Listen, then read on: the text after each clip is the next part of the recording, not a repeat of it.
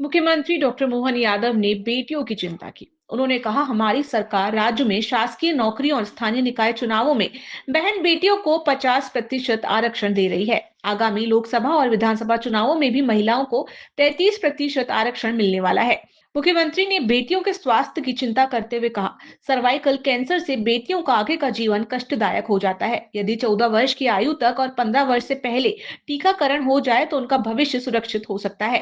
प्रधानमंत्री नरेंद्र मोदी के माध्यम से लगभग 4,000 रुपए का एचपीवी टीका इस अभियान में निःशुल्क लगाया जा रहा है। ये टीका गर्भाशय ग्रीवा के कैंसर की संभावनाओं को रोकने के लिए बड़ा अभियान है।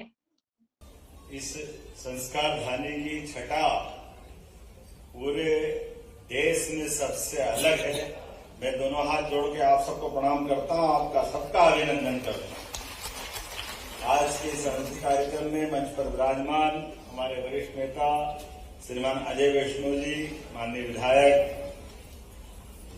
इस अवसर पर ही एक और विधायक माननीय संतोष जी, आपका भी स्वागत अभिनंदन। समस्त अधिकारीगण, इस कार्यक्रम में विविधता वाले अलग अलग क्षेत्र के सभी जुड़े हुए स्वनाम धन्य माननीय पदाधिकारीगण, स्वयंसेवी कार्यकर्ता बंधुओं, विद्यालय, महाविद्यालय और कई प्रकार की योजनाओं के साथ स्वास्थ्य विभाग के लोग भी यहां इकट्ठा है। रानी दुर्गावती की नगरी जबलपुर, और इस कार्यक्रम में शक्ति स्वरूपा, लाडली बहनाएं और प्यारी बेटियों का मैं पुनः स्वागत करता हूं, अभिनंदन करता हूं। ये जो सर्वाइकल कैंसर की जो बड़ी कठिन चुनौती, इस कठिन चुनौती में बेटियों के लिए जीवन में आगे कष्टकारी समय रहता है। ऐसे में 14 वसंत जिनने देखे और 15वें वसंत के पहले अगर ये टीकाकरण हो जाता है तो अब भविष्य पूरा सुरक्षित हो जाता है।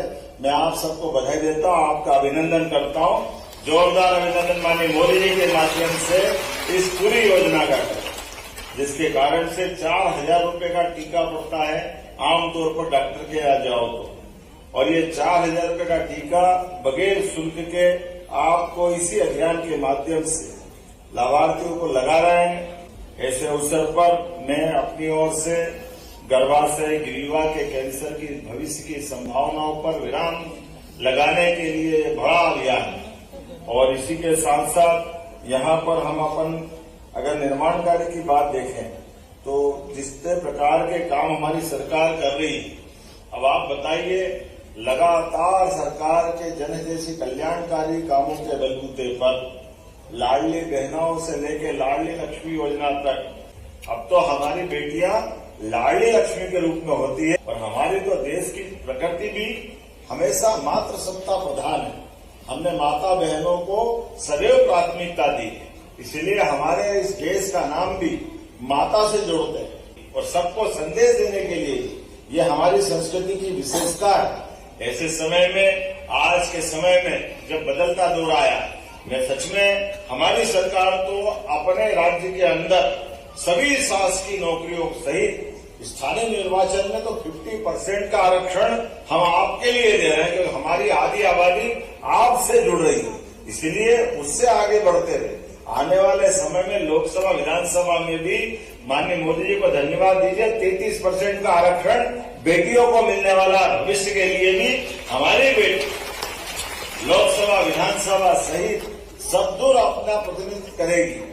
तो मेरी अपनी ओर से आज के इस भूमि पूजन कार्यक्रम में लगभग 10 करोड़ 51 लाख की लागत से आधुनिक जनपद भवन का भूमि पूजन और लोकार्पण के 3 अलग अलग कामों का 27 करोड़ 16 लाख की लागत से इस गीता भवन में कार्यक्रम हो रहा है। प्राथमिक स्वास्थ्य केंद्र के लगभग 12 करोड़ 84 लाख की लागत से इसका लोकार्पण भी रखा गया है।